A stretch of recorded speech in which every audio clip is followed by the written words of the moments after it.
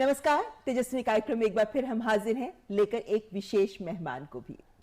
वैसे जिंदगी में वो Defence Minister Rajnath Singh reiterated the top priority for defence of the nation, and he sent out a strong message to our adversaries. That's going to be in focus tonight, as is the 52nd International Film Festival of India, which got off to a grand opening ceremony today. My name is Mark Lynn. Let's begin with the headlines.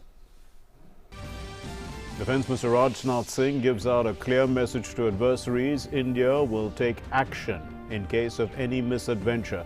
Says that India stands by the solid and unbreakable bonds with Nepal, and also says that no power on earth can disturb this relationship. The Defence Minister participates in the Shahid Samman Yatra in Pithoragarh, and he says that under the leadership of Prime Minister Modi, problems of ex-servicemen including OROP have been resolved.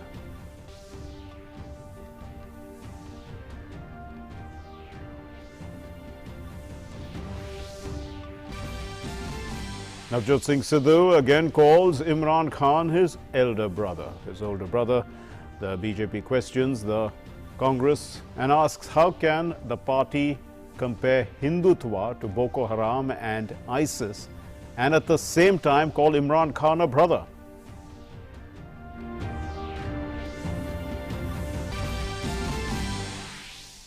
Heavy rains cause huge destruction in Chittoor and Kadapa districts of Andhra Pradesh. The Chief Minister Jagan Mohan Reddy surveys the area, an aerial survey, and more than 17 people are dead. Low pressure area over the Bay of Bengal weakens. Moderate to light rains affect normal life in Karnataka, Kerala and Tamil Nadu. Rajasthan is all set for a big cabinet rejig. All ministers except the Chief Minister resign ahead of the expected reshuffle. The Congress walks on a thin line, trying to balance demands of Chief Minister Ashok Gehlot and the former Deputy Chief Minister Sachin Pilot's factions. Indore is the cleanest city of the country for the 5th year running. President Ramnath Kovind presents Cleanliness Survey 2021 awards at a program at the Vigyan Bhavan. Chhattisgarh is the cleanest state for the 3rd year in a row. Varanasi is the cleanest city among cities on the banks of the Ganga. The U.S. Vice President Kamala Harris becomes the first woman to hold presidential reins in the U.S. in history there. And she briefly takes charge as the acting U.S. President for about an hour and a half as the President Joe Biden was undergoing a colonoscopy. The moment doesn't count as a woman having served as the U.S. President, but it reinforces that a woman is the first in line of succession for the first time.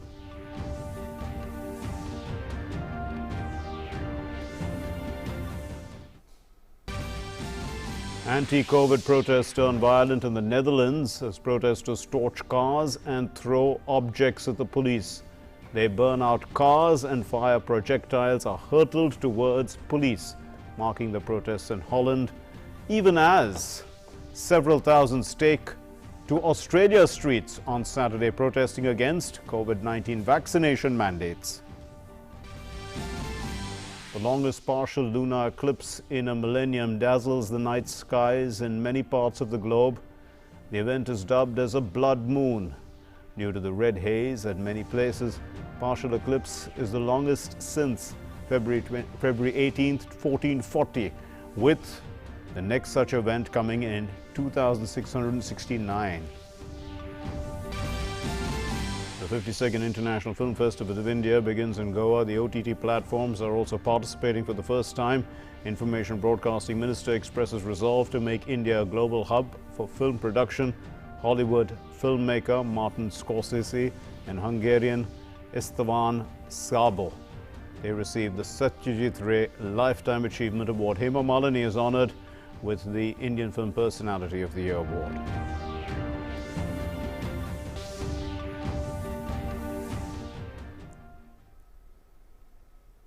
So those were the headlines. Let's begin with our top story. The Defence Minister Rajnath Singh hailed the zeal and bravery of the Indian Army at a function in Pithoragarh, and he said that Pakistan puts in the maximum effort to destabilize India.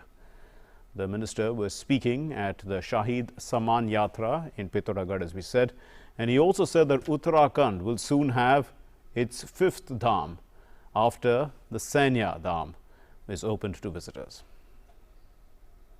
A day after Prime Minister Narendra Modi launched and dedicated to the nation multiple initiatives of the defence sector at Rashtra Raksha Samarpan Parv in Jhansi, Defence Minister reiterated the utmost importance and unwavering attention of the government gives to the matter related to the defence of the nation.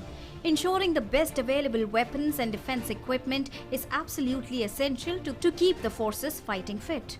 Equally essential is acknowledging the fallen and saluting the martyr, recognizing their supreme sacrifice for the nation.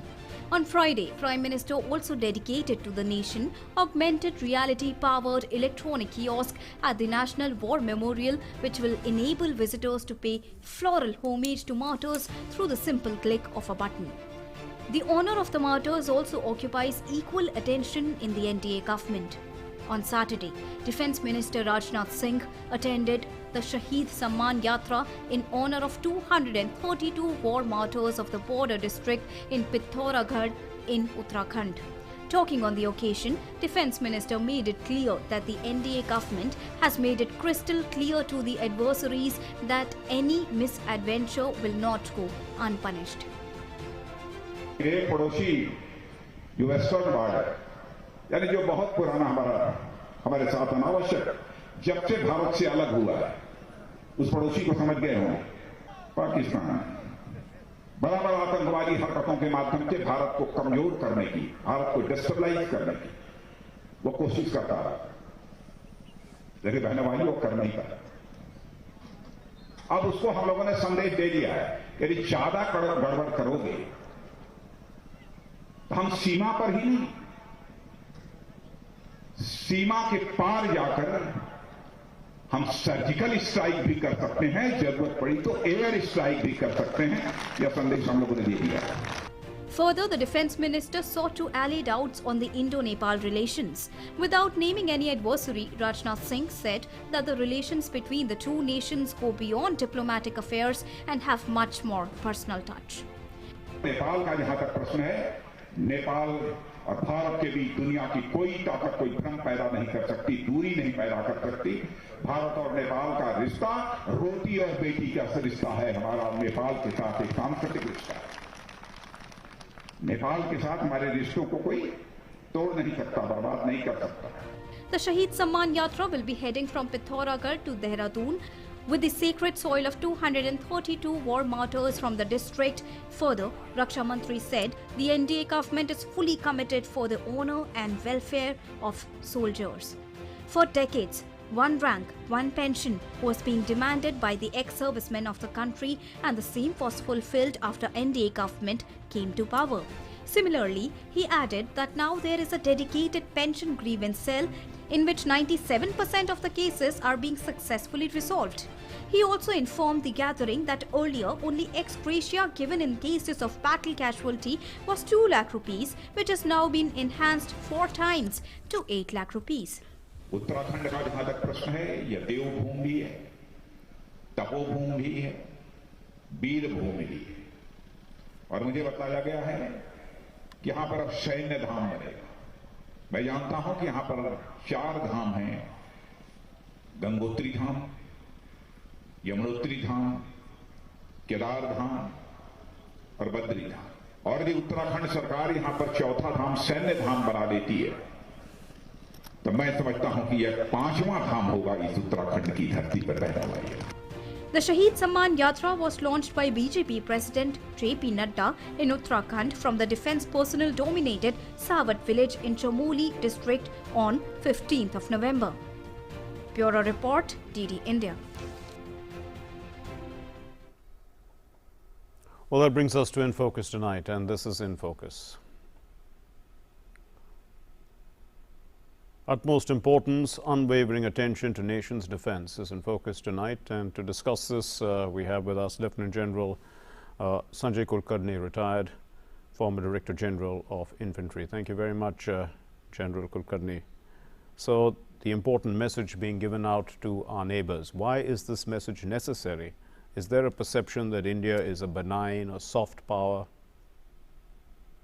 Mark, as a matter of fact, let us be very clear. If capacity building takes time, intentions can change overnight. and with the kind of adversaries that we have, and the kind of, the fascism that China has indulged in, without any concern for any treaties that have been with them signed so far, and we see what's happening along. You see how Pakistan is behaving at the behest of China and doing what it is doing. So therefore, it's quite a clear message that we love our neighborhood. We would love to interact with neighborhood, and we believe in having good relationships with neighborhood. But at no point of time, anybody must think that they can take us for granted. And therefore, it's very, very essential that we must, having a strategic independence, what we've been calling again and again, Atmanirbharta. Atmanirbharta is a must for a very simple reason that whatever one might do, unless we stand on our own feet, at least in terms of defense needs are concerned, there just could be a problem that we may find it difficult to face subsequently. And therefore, the way I find the Prime Minister, the Raksha Mantri, the CDS, the chief, everybody been going and meeting the troops is primarily, firstly, to gauge what's going on, and secondly, to raise the morale, and at the same time, simultaneously, the way the defense corridors are being built up, the way the things are being done, stress on infrastructure, stress on roads coming up, stress on improving in the environment that is coming up, the kind of tunneling that is being done, the bridging that is being done, the kind of equipment that is being acquired, modernization of the armed forces, all this is with a view to prevent, as I said, it is not preparation, it is to prevent any war or any warlike situation in future. Because if you're prepared, you're forewarned, you're forearmed. And that is what I think the Raksha Mantri has been doing it, and I think it's a fantastic move, even in Jhansi, where they've gone and the way they've gone about it with the Prime Minister.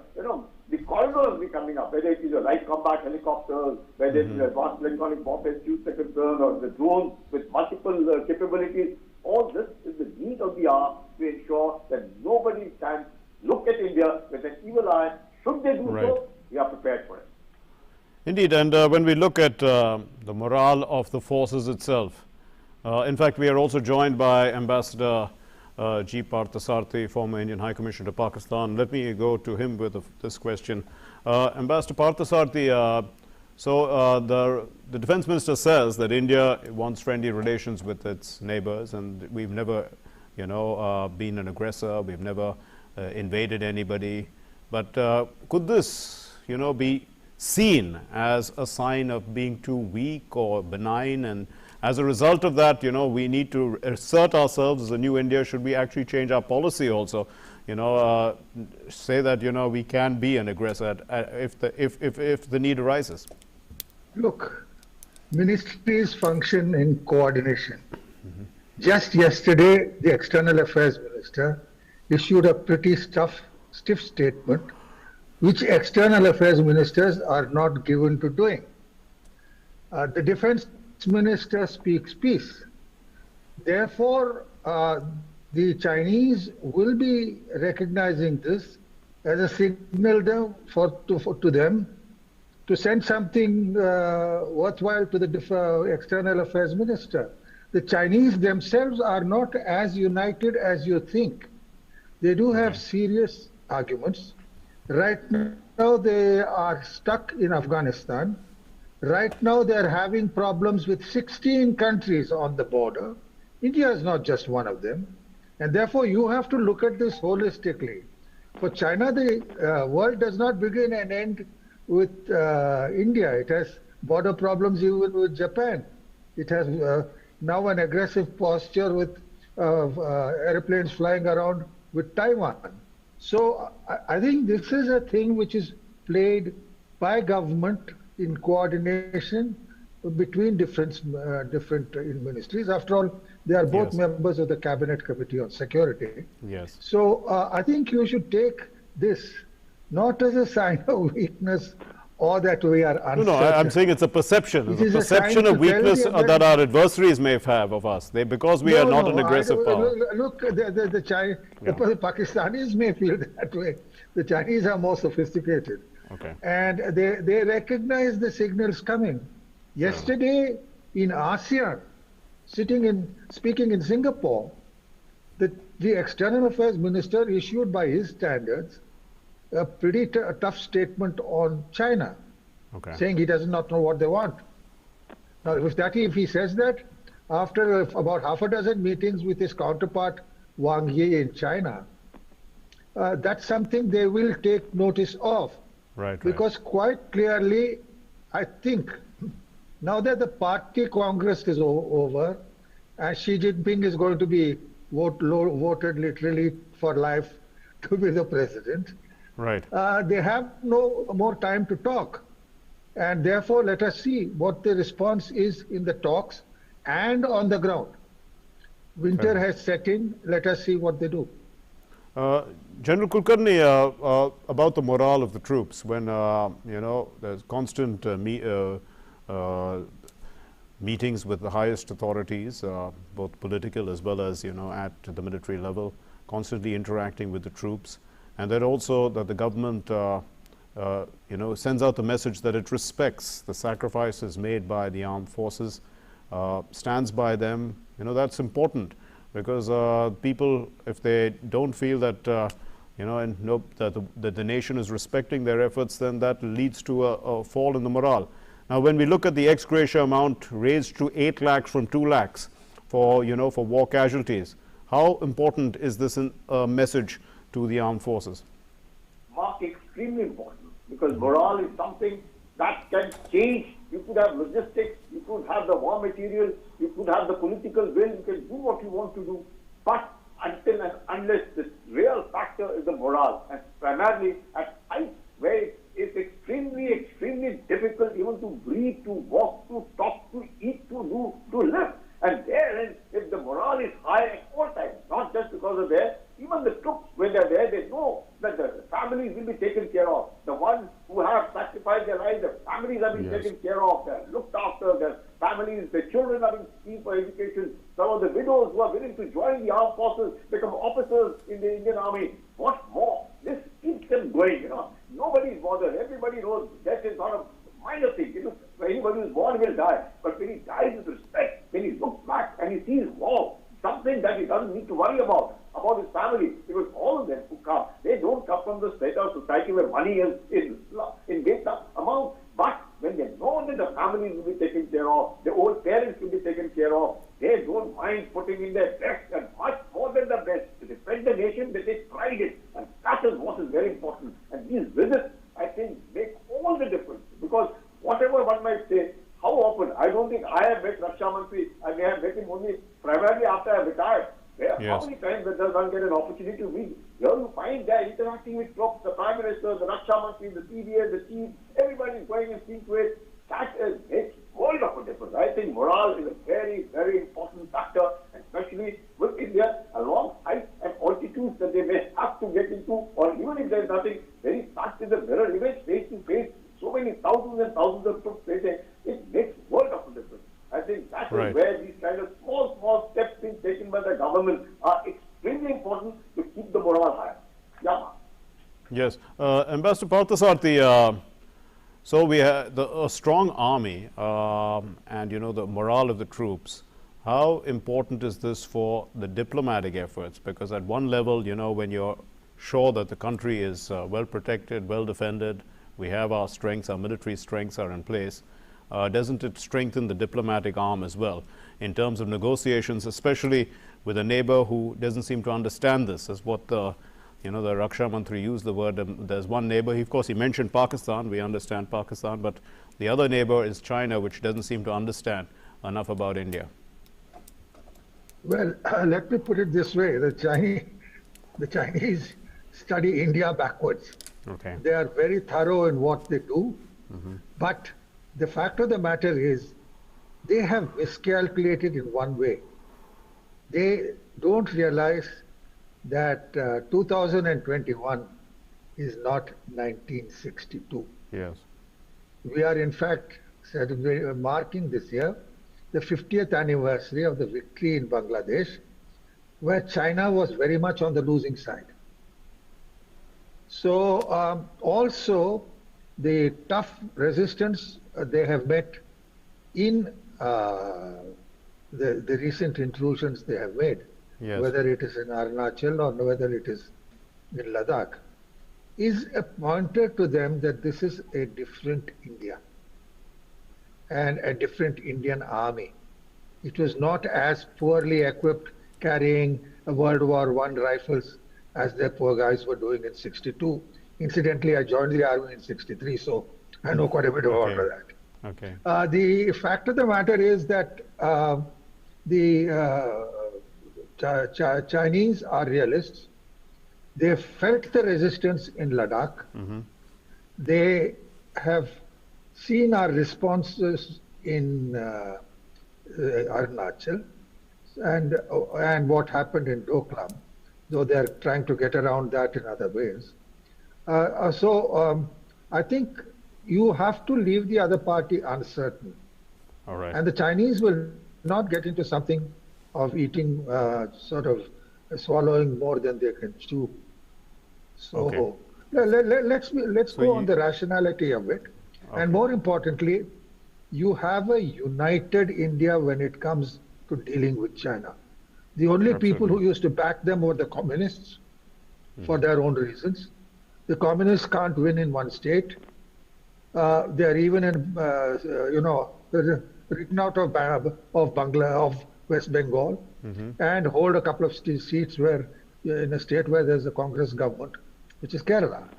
Yes. So I think the fact of the matter is, China is no longer a communist country. The last communists are in India. Okay. The Chinese really have liberalized so much that goes far beyond what it's just a single party rule. It's not really and communism. Therefore, I think there is a changing world, and I think everybody recognizes that. Fair enough. Everybody recognizes that we are the only country in the world which, by standing up to the superpowers, can today get weapons from both the United States and the Soviet Union or Russia. Right. So I think these are factors they'll have to bear in mind. I mean, Russian support they would expect against anyone else, but not against India. Right. General Kulkarni, so going back again to the symbolism, or let's say it's more than symbolism, you know, what's happening with regard to the Shahid Saman Yatra. There are the soil from the homes of 1,734 martyrs in Uttarakhand is being taken to make what's called the Senya Dham, and it's going to be a permanent shrine, and the Raksha Mantri referred to, you know, the Char Dhams, and this would be the fifth one. So this is raising it to that level. Important also, I mean, in terms of the kind of, we did talk about morale, but you know, more than morale, it's something more sacred in a sense, isn't it? The role that the soldier plays. Definitely, Mark. Even the National War Memorial that we see, you know, maybe it's a legacy wherein families, even generations later, can come and say, well, look, that was my uncle who fought, and that was my brother who fought, and the pride that he takes. And similarly, the Man Yatra, the Dham with Dehradun, and you know, the kind of, I think it was a brilliant suggestion even made by the Raksha Mantri, that the name of the village be added along with the name of the Martyr. So those 1,734 names that are there would even have the name of the village that the boy comes from. What a wonderful thing. Because a villager would also take pride. Yeah, this is the boy who fought for my village. And probably you might have a particular village having 15, 20, 30, whatever the numbers may be. That they take pride, and they would send their wards and children to go on. Now that girls are also joining the army, you know, the men are also joining the army. So there's going to be a lot of love, respect for the nation, and desire to fight for it. Taken care of by the government, respect from the nation, respect from the villages, respect for, after all, ultimately a man wants an identity, and that's where it comes from, a recognition. And I think that is what makes all the difference and enables him to give him the best for the nation at any point of time. I think that's all the time we have for, and definitely respect and nationalism, respect for the armed forces and nationalism certainly go hand in hand. Thanks very much, Ambassador Parthasarathi and General Kulkarni, for your inputs and enlightening us on the story. Moving on then to our next story. So the 52nd International Film Festival of India, it's begun. It's a 9-day festival, and it's being organized in a hybrid mode, both in virtual mode as well as in the proper format. And the Tamil film, Kolhankal, it's India's entry also for the Oscars this year, for next year, that is 2022. It's going to be screened in the Indian Panorama segment. Let's look at this report. The 52nd International Film Festival of India got off to a grand opening in Goa on Saturday. an opening befitting the spirit of Azadi Ka Amrit Mahotsav. This event is on a grander and more confident scale than last year, which was muted due to COVID restrictions. Hollywood filmmaker Martin Scorsese and Hungarian filmmaker Istvan Sabo were honored with the Satyajit Ray Lifetime Achievement Award. When I saw Pate Panchali, which actually I saw first time on a small TV with commercials and dubbed in English. Nevertheless, it was really revelatory experience that I've talked about on many occasions over the years. On one level, it was a revelation for somebody growing up in the West, used to seeing India through the eyes of the West, through England, France, or America. And the faces in the background are suddenly in the foreground. And this was opening a whole new world to me, a whole new culture. Hema Malini were awarded the Indian Film Personality of the Year 2021 award at the opening ceremony of the 52nd International Film Festival of India.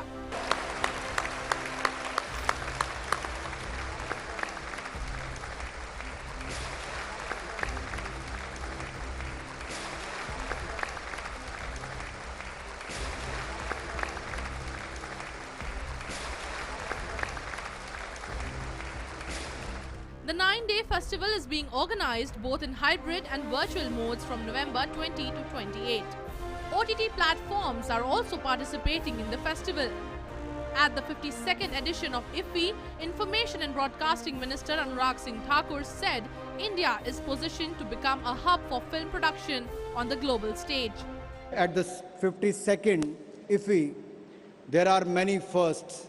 For the first time ever, IFFI has allowed the OTT platforms to come and participate and present and showcase what they have produced over the last few years. For first time ever, as I said earlier, 5 nations will showcase their films as part of the Focus Country section, as we are also celebrating BRICS Film Festival alongside IFFI. In fact, there are more than 300 films being showcased at IFFI. There are 148 films from nearly 75 nations will be screened during this event. As cinema adapts to new environs, the next generation of creative minds too are being exposed to the best of cinema at the festival. 75 youth from different parts of the country involved in the OTT platform have been invited to the festival. Minister of State for Information and Broadcasting Dr. L. Murugan said films show the real life of the common man. These movies which realistically reflect the life story of common man, his struggles, his emotions, his values attain the status of iconic movies. Our actors bring alive the legendary heroes and great events in the past. For the first time, the BRICS Film Festival is being organized simultaneously with IFFI. For the first time, we are having a BRICS festival, film festival, along with the IFFI, and we welcome our diplomatic friends from Brazil, Russia, South Africa, China, who are participating here in the BRICS Film Festival. Delivering the vote of thanks, Additional Director General of DFF, Chaitanya Prasad, especially thanked the Chief Minister of Goa for organizing the event amid the challenges of the pandemic. Wonderful experience. It's been a great experience. It's been a humbling experience.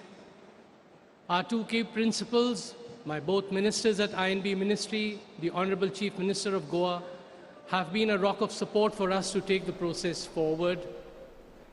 Our 2 other key principals, Chief Secretary Goa and my Secretary, Mr. Apurv Chandra, they have held us together from going into crisis situation. Thank you to both the key set of principals. Tamil film Korangal, India's entry for the Academy Awards 2022, will be screened in the Indian Panorama segment. IFFI is Asia's most exclusive international film festival. It started in the year 1952. With inputs from Rukma Datta, Bureau Report, DD India. And the importance and increased relevance of OTT platforms was in focus at IFFI. in Goa. During the pandemic-induced lockdown and its effect, the OTT platforms came as a boon and a saving grace for the entertainment industry, as it gave the much-needed avenue for the filmmakers to showcase their cinema in the absence of cinema halls. So 75 youth from different parts of the country involved in the OTT platform have been invited also to the festival. All of us at Netflix are extremely proud to be part of this year's festival.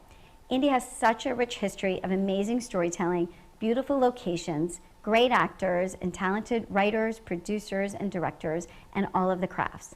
And now their work can be seen on hundreds of millions of screens around the world. We're so happy at Netflix to be part of the creative community in India, and our commitment to local authentic storytelling is deep.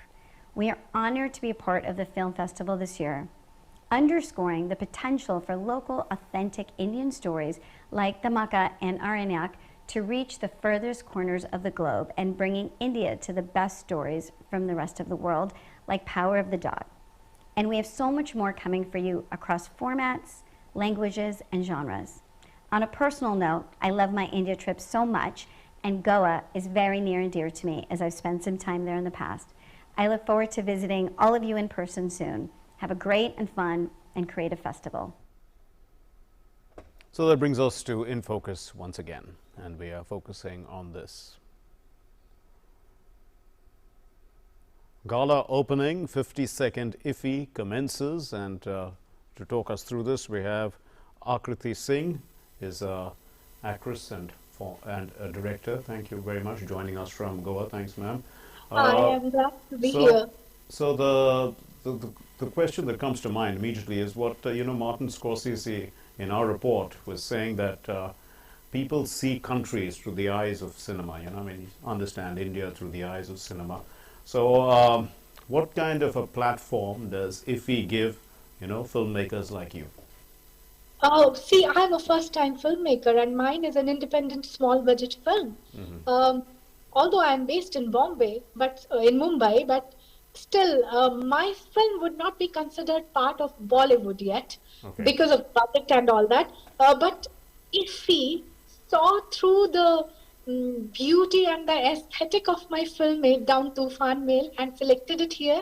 It gives me a lot of confidence in my filmmaking as a first-time film director.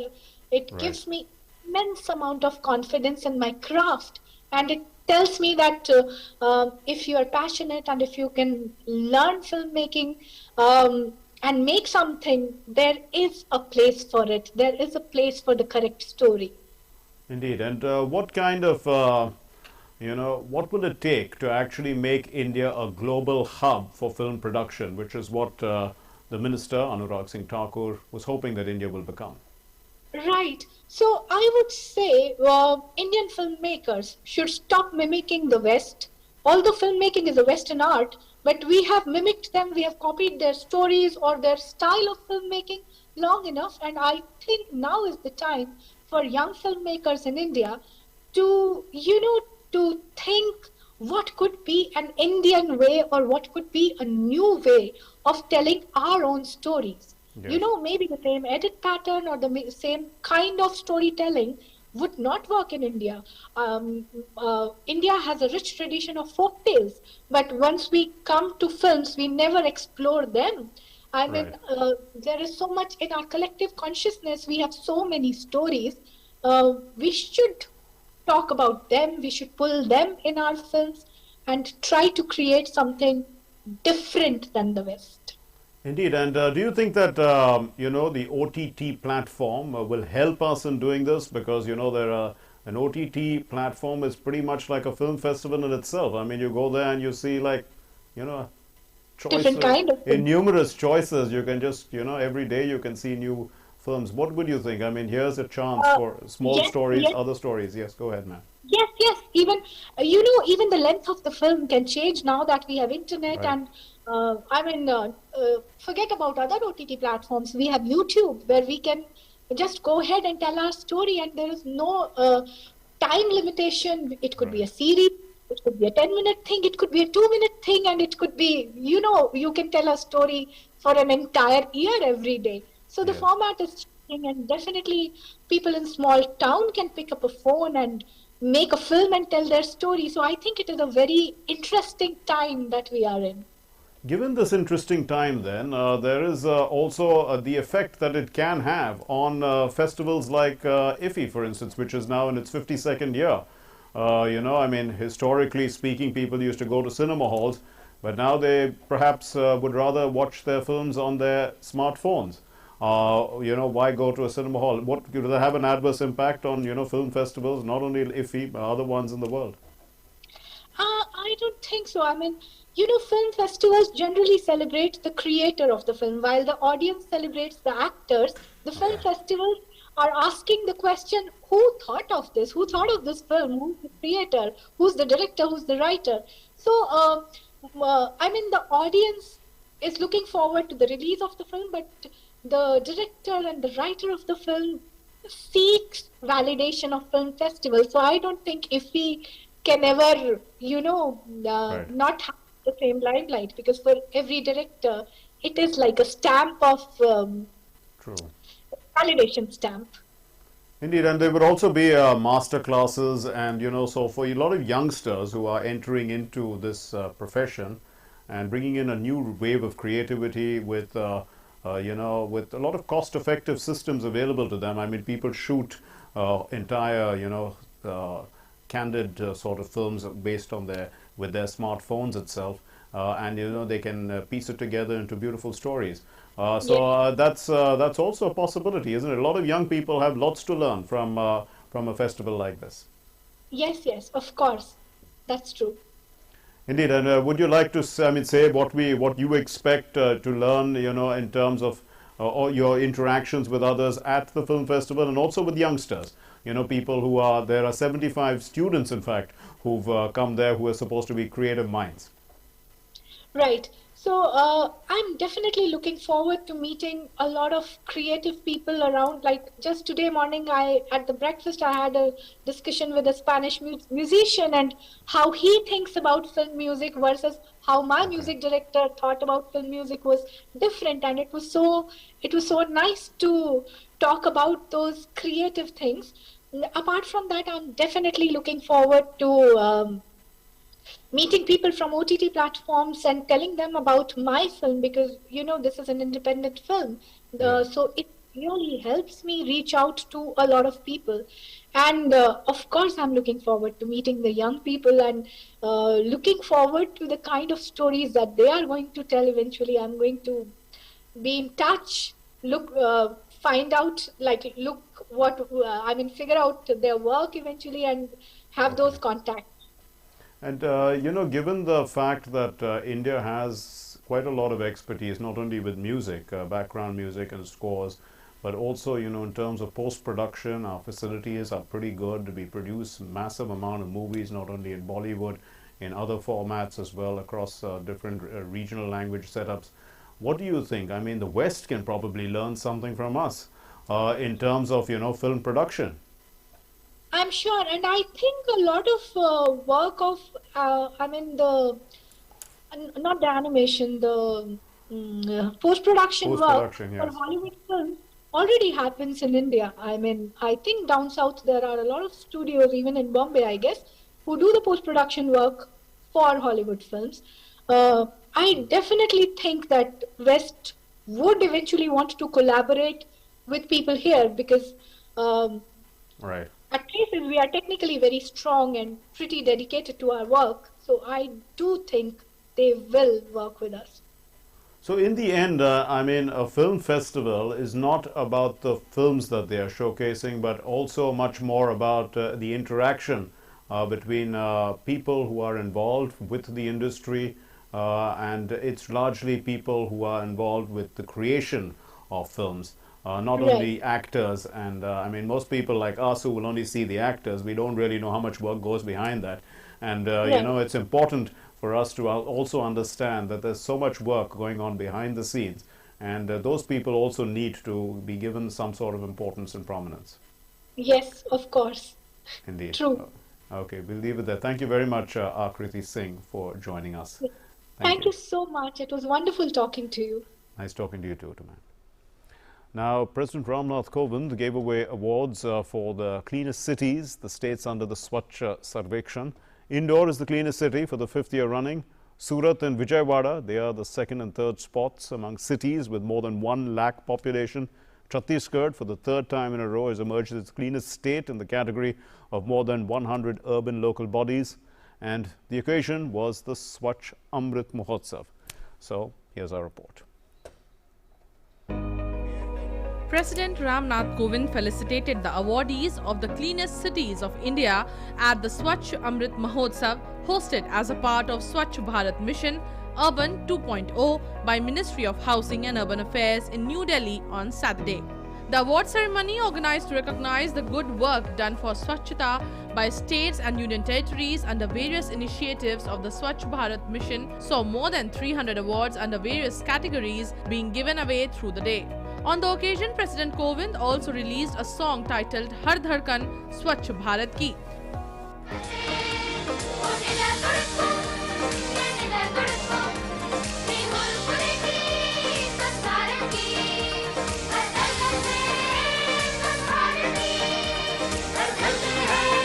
President noted that Safai Mitra and sanitation workers have continuously rendered their services even during the COVID-19 pandemic. मैं आवास और शहरी कार्य मंत्रालय को सुझाव देना चाहूँगा कि मशीन से सफाई की सुविधा सभी शहरों में उपलब्ध कराई जाए। मैनुअल स्कैवेंजिंग अर्थात मनुष्य द्वारा मैला ढोना एक सर्वनाश प्रथा है, जिसको रोकने की जिम्मेदारी केवल सरकार की नहीं है बल्कि पूरे समाज और सभी नागरिकों की भी है। सॉलिड वेस्ट मैनेजमेंट यानी ठोस कचरे का प्रबंधन, प्रभावी प्रबंधन शहरों को स्वच्छ रखने के लिए अनिवार्य होता है। मुझे बताया गया है कि 2014 में स्वच्छता अभियान की शुरुआत से पहले केवल 18% ठोस कचरे का निस्तारण वैज्ञानिक रूप से किया जाता था, जो अब लगभग 4 गुना बढ़कर 70% हो गया है। For the 5th consecutive year, Indore received the title of India's cleanest city under Swachh Sarvekshan, while Surat and Vijayawada bagged the 2nd and 3rd spots respectively in the more than 1 lakh population category. In the state awards, Chhattisgarh for the 3rd consecutive year emerged as the cleanest state in the category of more than 100 urban local bodies. Open defecation free with 35 states and 4,371 out of the 4,372 urban local bodies completely ODF. We have gone beyond the mission mandate to create more than 3,300 ODF plus cities with hygienic community and public toilets and nearly 1,000 cities ODF plus with complete fecal sludge management. This year's Sarvekshan, participated by 4,320 cities, also saw an unprecedented number of citizens' feedback, over 5 crores compared to 1.87 crores last year. The vision of a garbage-free India was given further impetus by announcing the results of 3-star and 5-star rated cities under the star rating protocol of garbage-free cities. A total of 9 cities have been certified as 5-star cities, while 143 cities have been certified as 3-star. The mammoth exercise was completed successfully despite the COVID-19 restrictions, as is evidenced in the numbers. With inputs from Dheeraj and Chandrasekhar, DD India. The spokesperson of the BJP, Sambit Patra, addressed a press conference in New Delhi on Saturday, and he slammed the Punjab Pradesh Congress Committee President Navjot Singh Sidhu for his controversial remarks. Sidhu had called the Pakistan Prime Minister Imran Khan his older brother. जो सिद्धू ने कहा है कि इमरान खान मेरा बड़ा भाई है, ये राहुल गांधी जी के कहने पर ही कहा है। आपको याद होगा पिछले बार जीवे जीवे पाकिस्तान जब कहा गया था, पिछली बार कमर बाजवा से जब गले लगने का उपक्रम किया था नवजोत सिंह सिद्धू ने, और सिद्धू जी से आप लोगों ने प्रश्न पूछा था, पत्रकारों ने प्रश्न पूछा था कि क्या यह उचित है, तो नवजोत सिंह सिद्धू ने कहा था, मैं अपने मुख्यमंत्री को नहीं मानता हूं, मेरे कप्तान, मेरे कैप्टन तो राहुल गांधी है। जो राहुल गांधी कहते हैं मैं वही करता हूं। तो स्वाभाविक रूप से कैप्टन सिद्धू के राहुल गांधी हैं, बड़े भाई सिद्धू के इमरान खान हैं। Well, the Punjab Congress chief Navjot Singh Sidhu had called Imran Khan his big brother while he was interacting with the CEO of the Kartarpur project. And Patra said that Sidhu's statements, they are not a mere coincidence. That's been the attitude of the Congress party and its leaders. He mentioned Salman Khurshid, Manishankar Iyer, Rashid Alvi and Rahul Gandhi himself. And he said they have all abused Hinduism and Hindutva. Border states के जो नेतृत्व हैं, border states के जो नेता हैं, उनमें एक परिपक्वता होनी चाहिए, उनमें राष्ट्र प्रेम होना चाहिए और उनमें एक समझ होनी चाहिए कि हिंदुस्तान को लेकर क्या बोलना है और क्या नहीं बोलना है। जीवे जीवे पाकिस्तान कहा था इससे पहले नवजोत सिंह सिद्धू ने, मेरा यार दिलदार इमरान खान के लिए कहा था। और केवल इमरान खान ही नहीं, कमर बाजवा जो उनके आर्मी के चीफ थे, उनसे गले लगना, उनसे यह कहना कि मैं और आप भाई भाई हैं, यह सब भी हमने देखा है। यह एक डिजाइन है, एक पैटर्न है। आप देखिए सलमान खुर्शीद, रशीद अलवी, मणिशंकर अय्यर और इन सब के ऊपर राहुल गांधी ये हिंदू और हिंदुत्व को गाली देते हैं, और वही नवजोत सिंह सिद्धू पाकिस्तान के हक में और इमरान खान के हक में स्टेटमेंट देते हैं। U.S. Vice President Kamala Harris briefly took charge as the acting U.S. President, in fact, for about an hour and a half. This was during the time that the U.S. President Joe Biden was under anesthesia for a colonoscopy procedure. It's being seen as a historic first from many points of view.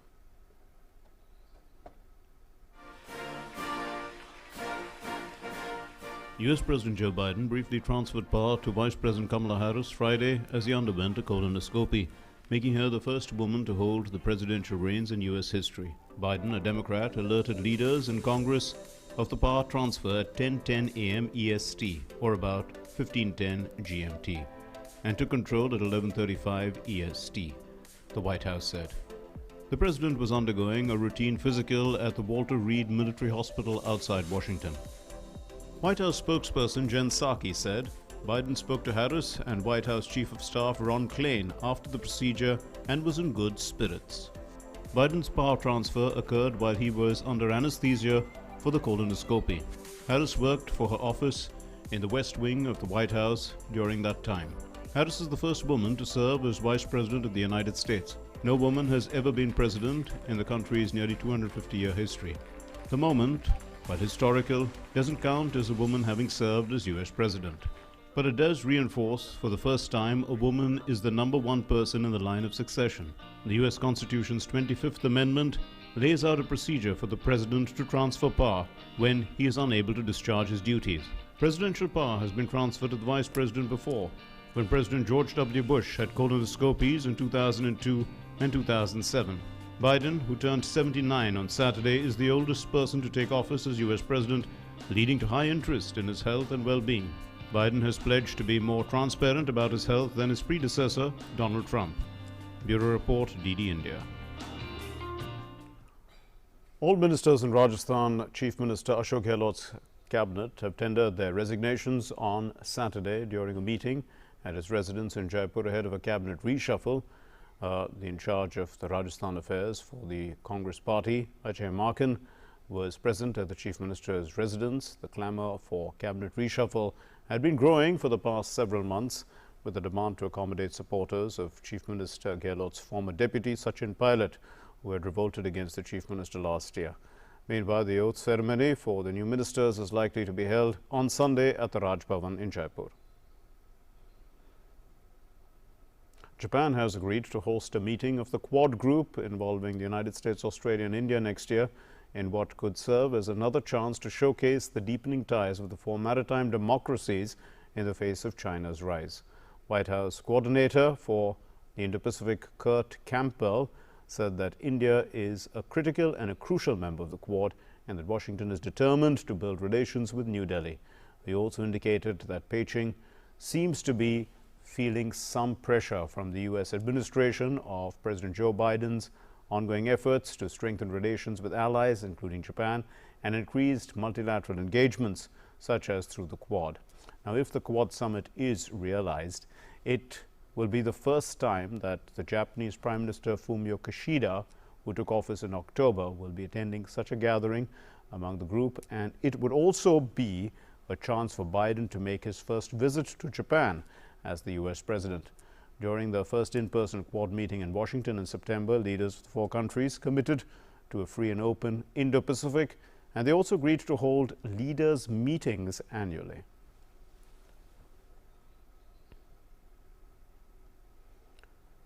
Hundreds of protesters from New York to California held rallies on Friday to demonstrate the verdict of a jury that acquitted the teenager Kyle Rittenhouse of murder in the fatal shooting of two men during racial justice protests in Kenosha in Wisconsin last year. A decision that reignited the fierce debate about gun rights and the boundaries, of course, of self-defense in the United States. The jurors found this 18-year-old Rittenhouse not guilty on all charges. 2 counts of homicide, 1 count of attempted homicide for wounding a third man, and 2 counts of recklessly endangering safety in protests marred by arson, rioting and looting. The thorny issue of race also hung over this case, although Rittenhouse and the men he shot were all white. Some black activists said that the US police and courts would have treated the teenager more harshly if he had been black. Conservatives saw the verdict as a validation of the US's Constitution's Second Amendment, which grants Americans the right to bear arms.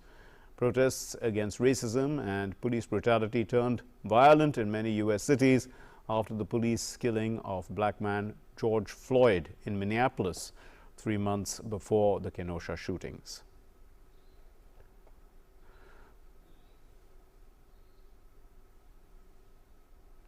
Several thousand people took to the streets of Australia on Saturday. They are protesting against COVID-19 vaccination mandates. Nearly 85% of Australians aged 16 and above have been fully vaccinated against the coronavirus as of Friday.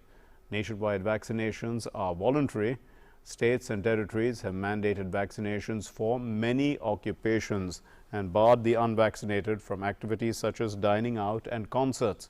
Several thousand anti-vaccination protesters marched through downtown Sydney and Melbourne with no immediate reports of unruly behavior. The anti-vaccination rallies have continued for weeks in Australia, becoming occasionally violent and attracting loose groups of regular citizens as well as far-right and conspiracy theory supporters.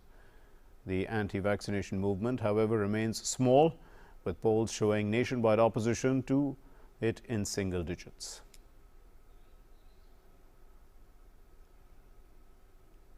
Protests in the port city of Rotterdam in the Netherlands turned violent on Friday night as protesters torched cars and they threw objects at the police. The police used water cannons to disperse several hundred protesters who had gathered to voice their opposition against the latest COVID-19 measures. Video posted on social media showed burnt-out police cars and rioters throwing fireworks and rocks at the police. Police issued an emergency ordinance in Rotterdam, shutting down public transportation and ordering people to go home. Water cannons were deployed and police on horseback carried out charges to disperse the crowds. Authorities also called on bystanders and people who recorded images of the riots to send the footage to police for further investigation. Government plans to restrict access to indoor venues to people who have a corona pass, showing they have been vaccinated or already recovered from the infection. Now, the pass is also available to people who have not been vaccinated but have proof of a negative test. The Netherlands reimposed some lockdown measures last weekend for an initial 3 weeks in an effort to slow a resurgence of coronavirus contagion, but daily infections have remained at their highest levels since the start of the pandemic.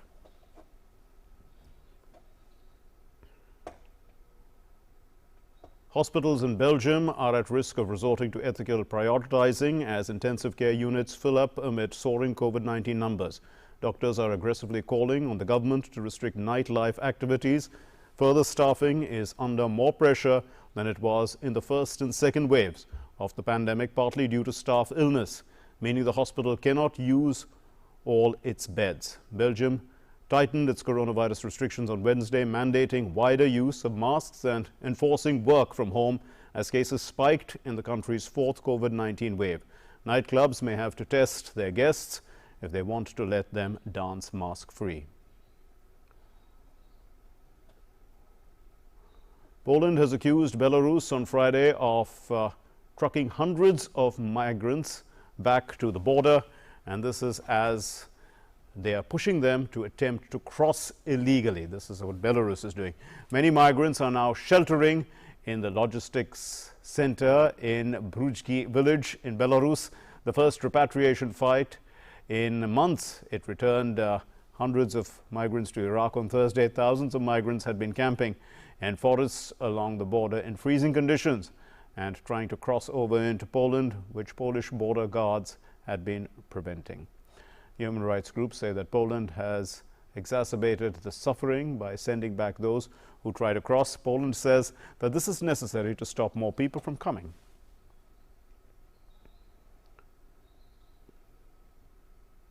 In a studio in Lagos, in Nigeria, an angel waits patiently as a team of artists work to get her ready for her portrait.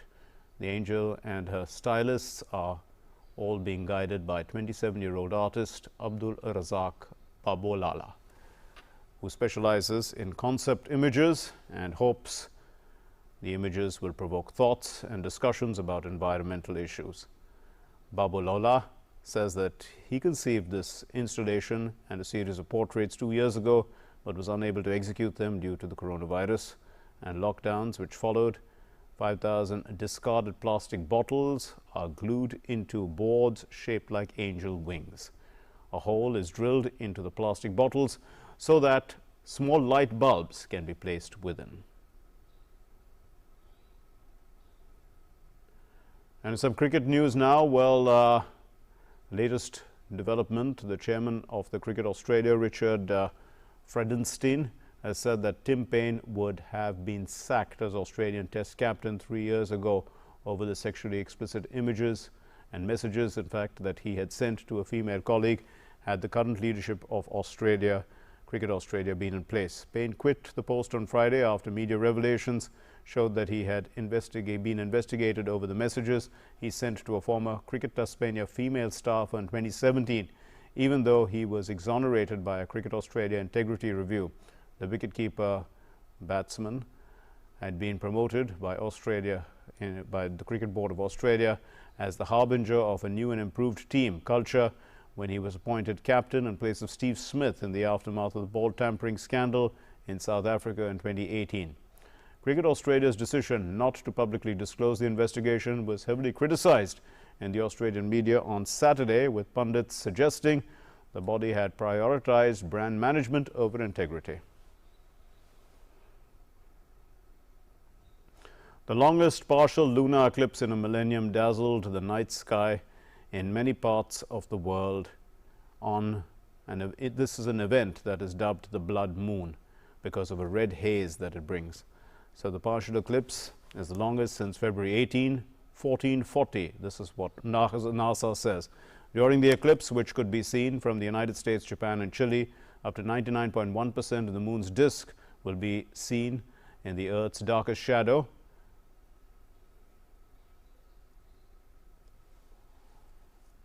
And that's all we have in News Night tonight. Thank you very much for being with us. Namaskar.